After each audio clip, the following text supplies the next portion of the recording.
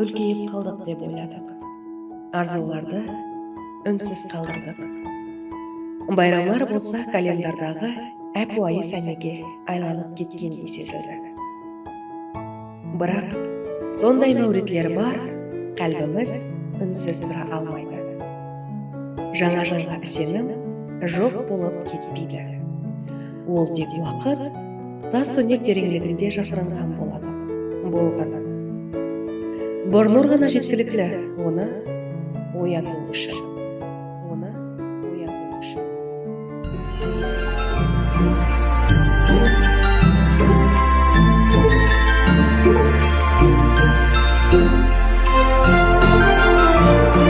Күтілмегенде лебімізге күлкі, қалбімізге шарлық қайтады. Іш-ішімізде жоғалып кеткен сенім ұшқылары пайда бола бастайды.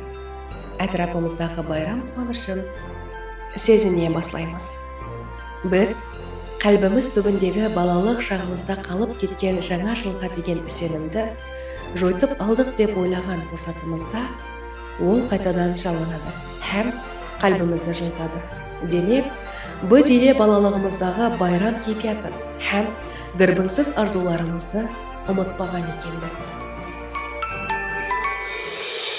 Әммесі өзімізге байланысты. Егер жаңа жылға болған пәк сенімімізді қараңғы түнекте қалдырмай, жарыққа шығарсақ, гірбіңсіз арзуларымыз да қайтып келеді.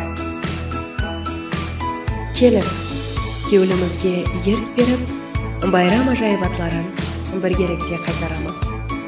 Жаңа жыл қалптерімізге жаңа үмітлерді нәм етеді.